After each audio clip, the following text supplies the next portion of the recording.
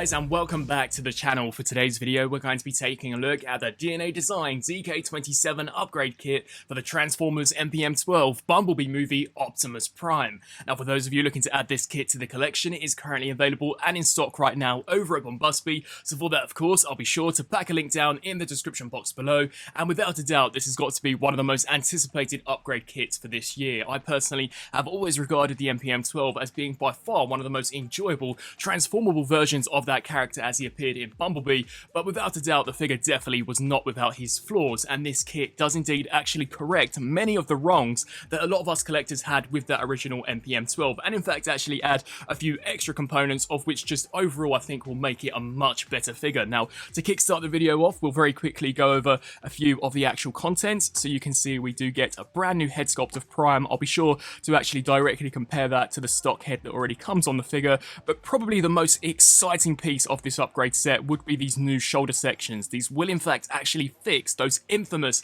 cat truck ears, which, let's be honest, absolutely ruined the overall silhouette of the vehicle mode. And you can see that we also do get some brand new forearms, which have got fully articulated fingers, and at the back are indeed fully sculpted as well as painted, and are in fact actually a little more intricate to convert than the forearms that we already got with the figure. And then finally we do get some thigh extensions just to boost and overall increase the height of Prime, as well as some brand new knees, which will in fact actually allow for a double range of motion where the knees are concerned. So overall, definitely looking to be super exciting. As far as other components are concerned, we do get loads and loads of different screws, as well as a pin puncher, as you will actually have to shoot the pins out of the shoulders in order to install these new components, and also this brace. I'll be sure to showcase during the tutorial on how this will in fact actually play a role. Now, in regards to the actual installation itself, it does appear as if though it's going to be one of the more trickier DNA design kits that personally I've showcased over on the channel. So what I plan to do is basically demonstrate how to install one half of the kit, and then I'll compare the original stock side to the upgrade kit, and then I'll go away and basically just add the other half onto the figure, and then I'll give you an overall review of the set completed. So I'm going to try my absolute best to showcase the installation in as much detail as I possibly can, but where those actual pins are concerned, I do think that maybe it's going to be slightly tricky, but I'll be sure to add some voiceover if I do happen to mess up. So with all that being said, let's actually bring out our MPM-12 Prime and equip him with his all new components.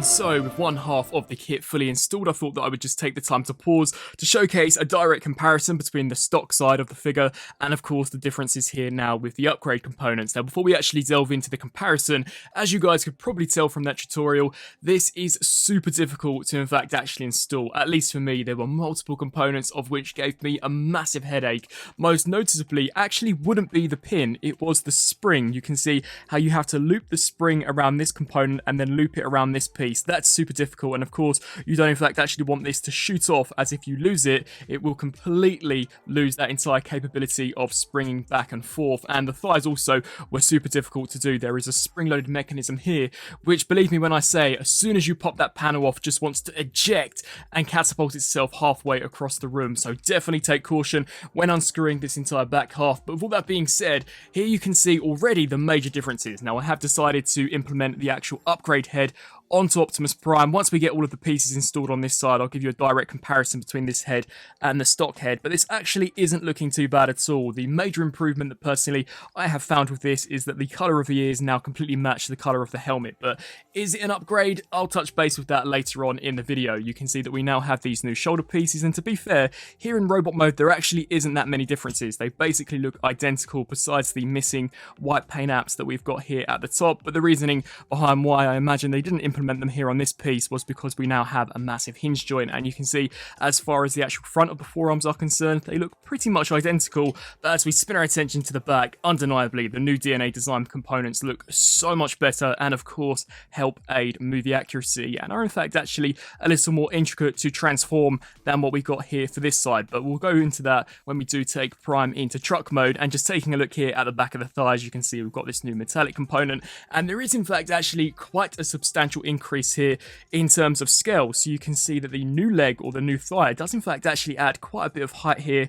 to our MPM-12, so no doubt will indeed actually scale a lot nicer with the likes of the MPM-07 Bumblebee and just a few other MPM figures in general. So I'm going to go away, absolutely try my best to replicate what I've done here on this side, and then I'll give you guys an overall review of the kit itself. And just like that, here we have the MPM-12 Optimus Prime fully upgraded with all of the DK-27 components, and overall, yes, it is definitely a marked improvement. But in order to actually get to this, I'm going to be honest and say it was not an enjoyable experience whatsoever. Actually banging those pins out was so cringeworthy. Luckily they weren't actually that difficult to pop out, but trying to install the springs back into the shoulders certainly were incredibly tedious. And let's not forget to mention actually trying to peg those ratchet joints back into the thighs. But setting the actual process off to the side, the finished product I think looks absolutely fantastic. Now we'll start off firstly by taking a look here at the all new head sculpt. Now personally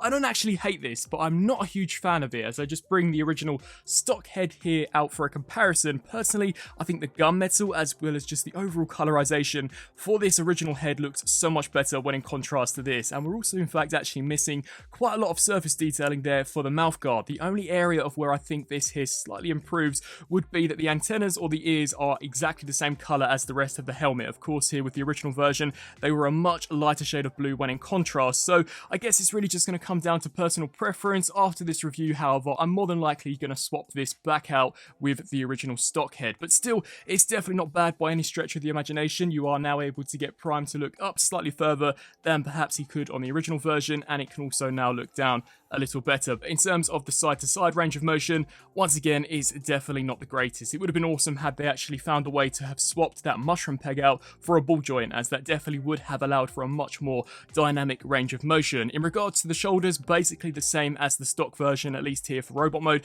so we'll touch base with those of course when we transform him into vehicle form. But the new forearms are so much nicer. Now here from a front-on perspective, the actual differences aren't all that noticeable, but the hands have been completely reworked this time round, so we no longer have that really weird almost grasping gesture that we got on the stock version. Just to showcase, you can see that the actual fingers themselves weren't able to be straightened out, which personally I thought was really weak, especially considering that this was a movie masterpiece figure. But with the DNA design kit, it has in fact actually perfected that, so the index finger is fully individually articulated, can be straightened out, and the final three are in fact actually grouped together. But once again, I think this just works out so much nicer. He can still hold the blaster, and and not to forget also the matrix of leadership. And you can also see the thumb here is on its own separate ball joint. An added piece of articulation would be, in addition to the swivel joint, we now also do get an actual wrist hinge joint forwards and backwards, which is actually really cool, and something of which I'm not entirely sure as to whether or not was intentional. But on the original version, when you would insert the blaster into the hand, due to it literally just being on a friction hinge, 9 times out of 10 the blaster was too heavy for the actual joint itself, meaning that the hand would continuously dip down. But here with this new upgrade piece, you can see that it has indeed almost got these soft ratchet joints, which basically springs them back into position. I thought that was a really nice touch, and Prime has got no issue in holding that blaster anymore, which is super cool. So no droopy wrist action where this guy is concerned. And then as we just flip here to the back, this is just such a marked improvement. You can see the color match actually isn't too dissimilar when in comparison to some of the red plastic that we've already got going on for the figure, and you can see all of that lovely gunmetal detailing.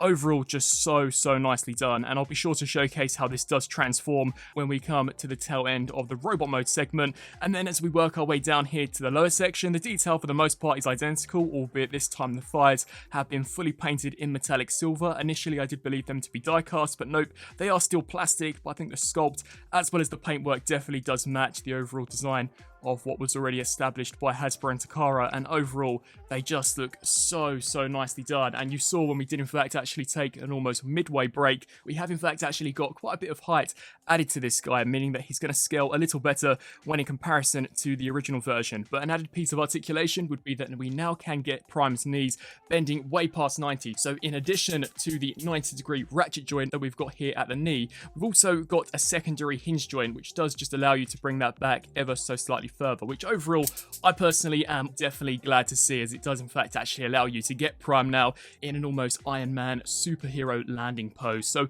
overall definitely a very nice upgrade kit where the robot mode is concerned. As mentioned previously, the actual installation can be a pain in the behind, but granted I was showcasing half of it on camera, and that just adds so many extra issues to what was already a frustrating experience. So no doubt when you've actually got your own time to just do it at your own accord, and of course not worrying about certain camera angles, I do imagine it would be slightly easier. But definitely great improvements. The head sculpt I'm not too keen on, but the shoulders are great for truck mode, and the forearms are just a blessing, as so are the new thighs, and of course just the added height that we gain here in robot mode. So with all that being said, let's actually get this MPM-12 Optimus Prime fully transformed up into the truck mode and see of course how he shapes up there. So just going over the differences as far as the transformation is concerned, to be honest they're very minor yet incredibly effective, and we may as well start off with the biggest change, that being where the shoulders are concerned. Now in order to absolutely obliterate those ghastly cat ears that we used to see in truck mode, basically you're just now going to want to take the tip,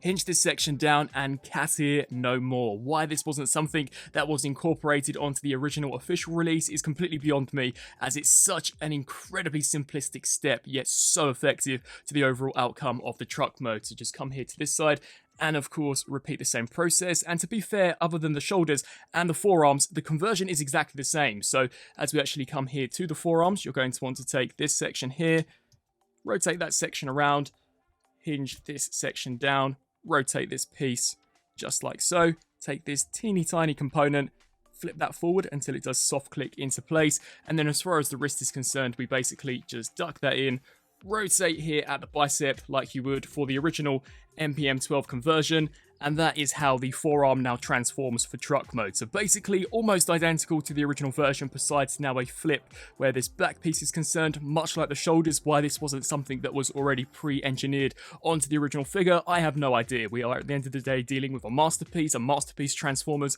are some of the higher end items that Hasbro and Takara produce. So I'm definitely expecting more from their future MPM figures, as this, to be honest, is just damn lazy, especially where these shoulders are concerned. But as mentioned previously, besides the forearms and the shoulders, the transformation is basically completely untouched. So I'm going to complete the rest of the steps and then show you guys the outcome of the truck mode. And so here we have the truck mode of the MPM-12 Optimus Prime, fully utilizing all of those DK-12 components. And it's actually quite crazy to see how incredibly simplistic steps can have a major effect of the overall outcome. This looks 10 times better than what we originally saw from Hasbro and Takara, and to be quite honest, much like I mentioned when I was showcasing the very simplistic conversion of those shoulders, it just shows how lazy Takara and Hasbro actually were in regards to certain aspects of this guy. He was almost complete. If they had just added a few extra refinements to the conversion, DNA Design would not have to come out with this kit, and Hasbro and Takara would have given us a perfect product. But as it stands, you can see the kit has done wonders, especially for the front profile of the vehicle mode. Gone are those ghastly cat ears, which, let's be honest,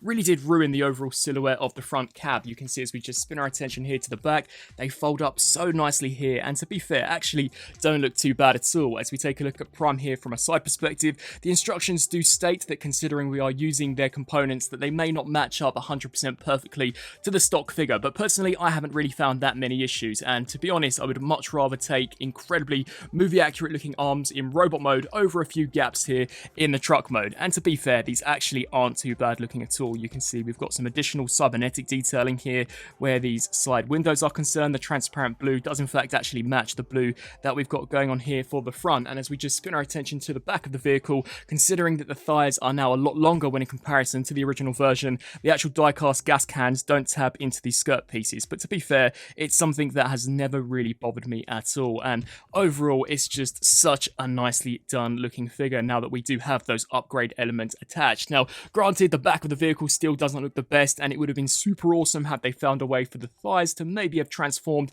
a little better, so that perhaps these pieces here could have collapsed in upon themselves to fill out this massive huge void, but that perhaps would have been asking too much of DNA Design. They certainly have perfected the major issues here with this MPM-12, and overall I'm just so happy with how this guy has now turned out. And so, some final thoughts for the DNA Design DK-27 upgrade kit for the Transformers MPM-12 Bumblebee movie Optimus Prime. Overall, as far as an actual upgrade kit is concerned, it does wonders for the figure in both robot mode and truck mode. DNA Design truly have given us all of those components of which perhaps the original Hasbro offering did lack in. Most noticeably would be in regards to where the shoulders are concerned. They are such a marked improvement when we actually get this guy transformed into the truck form, as I know for many collectors, those cat ears certainly were a major turn off, and let's be real, for a Takara masterpiece, just should not have been there in the first place. I think as far as the additional head sculpt is concerned, that is definitely the weakest part of the set. At least for me, I haven't found it to be that much of an upgrade over the head that already comes pre-installed. Sadly, they didn't paint the eyes, so the dead eye still does kind of retain here even with the upgrade pieces. But for those of you who were incredibly bothered by the mismatch of colours between the antenna and the helmet of the original figure, it is cool to see that at least here on this additional head, the entire helmet does appear to be one solid blue. As far as the actual changes made to the forearms are concerned, I think these look wicked, such an improvement over what we saw from the original Hasbro offering. I love the fact that just due to an incredibly simplistic, almost reversal of that panel, it now allows for a much more movie accurate appearance with all of that incredible mechanical sculpting in detail. I think the addition of proper articulated fingers too also makes this guy just feel so much more like a masterpiece when in comparison to the hands that already came with the figure. And as far as the actual boost is concerned in regards to height, where the thighs and those additional knee joints are concerned, I think it looks awesome. Overall, the proportions do definitely look a lot better. Personally, it was something that I never had a massive issue with on the original version, but actually comparing the legs to the original stock version, there's without any doubt that these new pieces are an upgrade, and the metallic silver used for the thighs as well as for the back of the legs really does look great, and it does allow us to get a slightly more dynamic bend out of those knees, which is always a positive. If you're able to create more articulation with upgrade components, that's always a massive positive in my book. But then we turn to the negatives. Sadly, the actual installation of the kit is a nightmare. It's by far the most intricate DNA Design kit that personally I have ever had to install on any of the figures, and to be fair, it's not really DNA Design's fault at all, considering that the original MPM-12 doesn't really allow for certain components to become detached, like let's say a Studio Series offering. They basically just had to work with what they were given. So the pin punching, whilst is incredibly cringeworthy, for those of you who have perhaps got better tools out there, I imagine it will be a slightly more straightforward process. If I were to give you guys any massive tips, it would be to watch out for some of those spring-loaded components. The springs in the shoulders are an absolute pain to reinstall once you do take the DNA Design component, and the ratchet joints in the back of the thighs definitely do have a tendency to catapult off, and are in fact actually quite difficult to reinstall after you take them out. So definitely just take your time when in fact actually equipping the kit onto MPM-12, but after you're said and done, I definitely think that the final result will be more than worth it, and overall I have without without any doubt that this is by far now one of the ultimate versions of the Bumblebee movie Optimus Prime that I own in my collection that can in fact actually transform. I'd love to hear your thoughts down in the comment section below in regards to this upgrade kit. Do you guys think that it does in fact actually improve the figure drastically when in comparison to just the stock figure that we saw from Hasbro and Takara? Personally, I think it does, and it does it incredibly well. For those of you who are looking to add this kit to the collection, it is currently available and in stock right now over at Bumblebee. So for that, of course, I will be sure to include a link down in the description box below. And as always, I thank you guys all so much for watching. Until my next review, I'll see you then. Thanks for watching.